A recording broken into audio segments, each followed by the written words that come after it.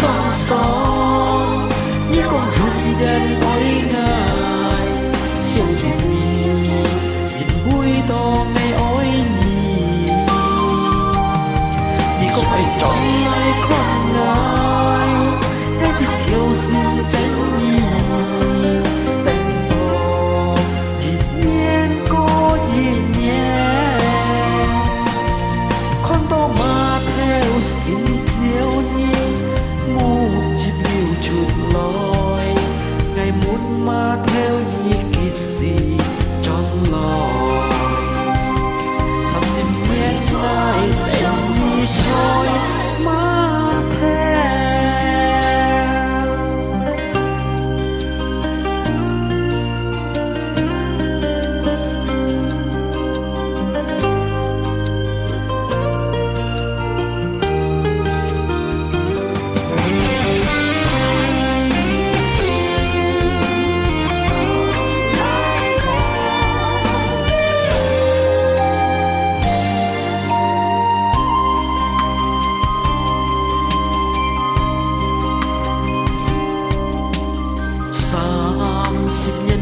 mà theo tên nhì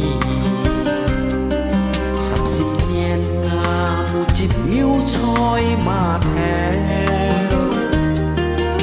xiong to cố hi ngày sung hơi mà theo ngày gia chút nhi đi đâu xuân phù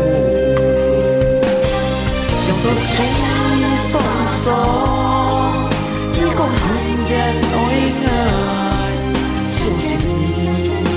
nhìn vui to ngày ôi